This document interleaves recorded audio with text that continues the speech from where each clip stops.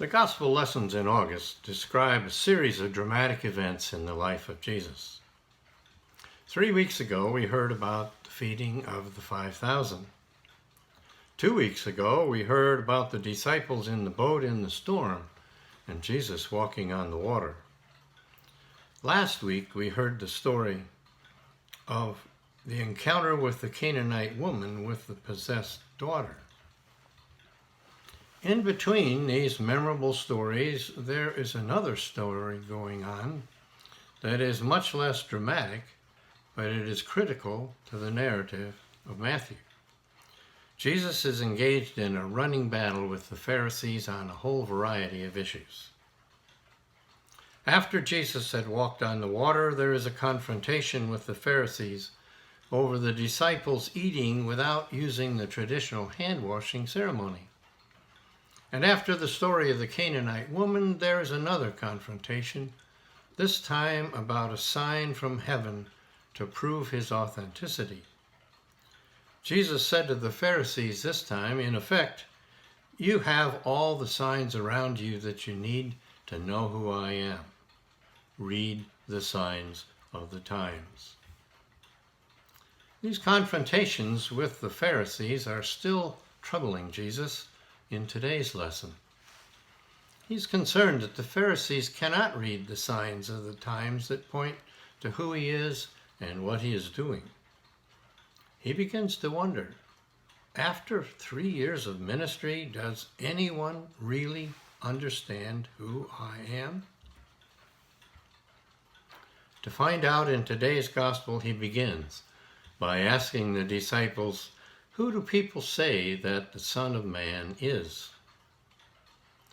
The disciples tell him that some people think he is John the Baptist come back from the dead, while others say that he might be the reincarnation of Elijah.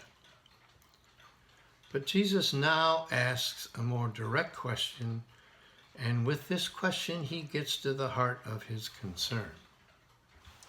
After traveling together for 3 years, after seeing things that he had done, after hearing his teaching, did they understand any more who he was than the crowds? Could his own disciples read the signs of the times any better than the Pharisees?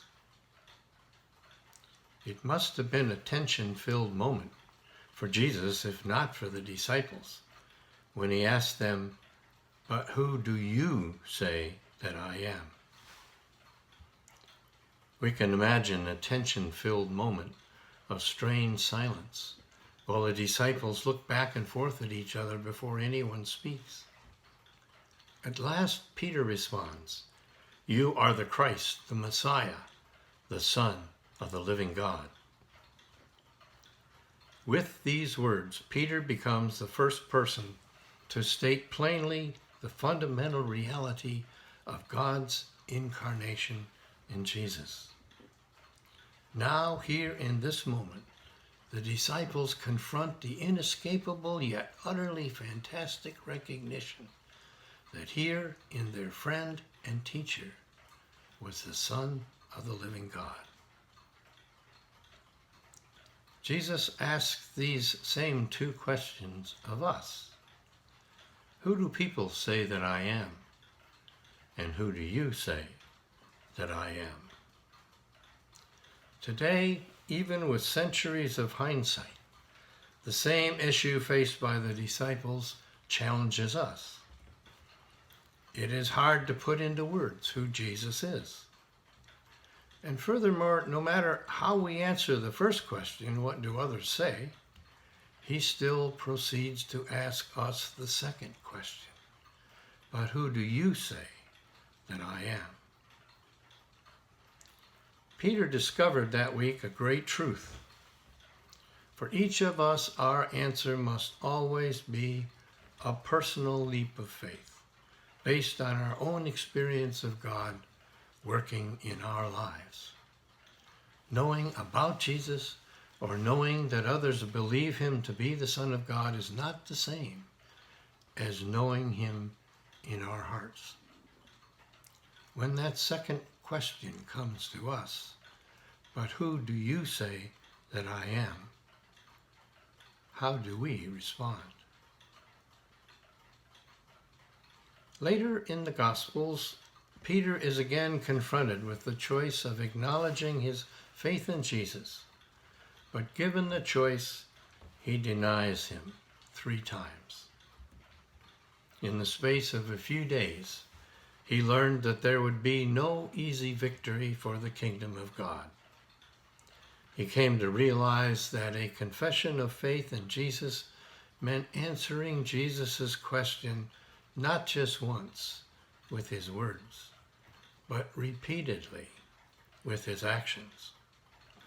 Today's gospel reminds us that we must also answer Jesus' question more than once. We must not only make a confession of faith with our lips, but with our lives. The question, who do you say that I am, is answered not only with words, but also with actions. It might be interpreted as, who do you show with your life that I am? That form of the question was troubling me as I learned about the March on Washington this year on August 28th. This year is the 57th anniversary of the original March on Washington in 1963, where hundreds of thousands of people voted with their feet to stand up for racial justice. Thousands may attend this year's march, just as hundreds of thousands have already been marching all over the country this year about the unjust treatment of people of color by the police and the injustice of racism in America. The original March on Washington is remembered for the I Have a Dream speech by Martin Luther King. What is not remembered as well, though, is the speech that the 23-year-old John Lewis made that same day from the same podium. As some of you know, I was present at that event, one among the 300,000. I was about halfway down a block or so the south side of the reflecting pool on a very, very hot day.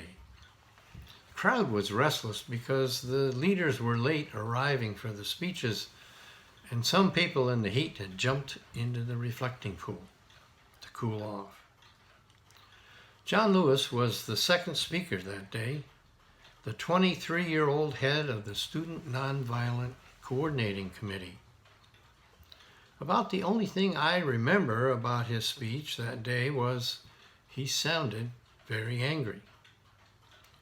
Remembering that day, during the memorials for John Lewis a few weeks ago, I decided to go back and look at what John had said that day. President Kennedy had proposed a civil rights bill to Congress, and many of the speakers that day pointed out its many flaws. John Lewis had 9 points that he made that day. His second point was this: it is true that we support the administration's civil rights bill, but we support it with great reservations, however. There is nothing in it to protect young children and old women who must face police dogs and fire hoses while they engage in peaceful demonstrations. We are tired of being beaten by the police. In its present form, this bill will not protect the citizens who must live in constant fear of a police state.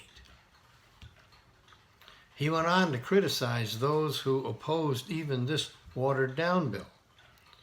And the end of that section, he said, "Where is a political party that will make it unnecessary for us to march on Washington again?" He ended his speech with these prophetic words: "If we do not get meaningful legislation out of this Congress, the time will come when we will not confine our marching to Washington.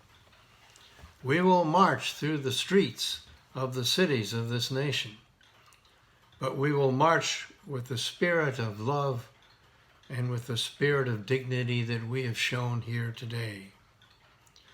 By the force of our determination and our numbers, we shall splinter segregation into 1,000 pieces and put it back together in the image of God and of democracy.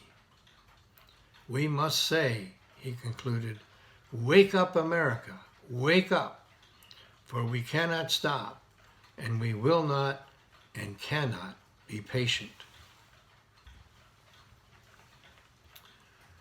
John Lewis was the last living speaker from that original march. And now he and Martin Luther King and all the others are gone. Their words are inspiring, but they are also confronting. Here we are 57 years later, and their words and their sentiments read like today's Washington Post. For John Lewis was right. We Americans, 57 years later, are marching throughout the cities of our nation in the spirit of love and dignity. We are again today, as John Lewis predicted, seeking to rebuild the nation in the image of God and democracy. As we prepare later in this week to re-celebrate the original March on Washington, let us remember Dr. King's dream. But let us also hear again and anew John Lewis's call. Wake up, America, wake up, for we cannot stop, and we will not and cannot any longer be patient. And Jesus turned and looked at his disciples, us included, and asked, "Who do you say that I am?"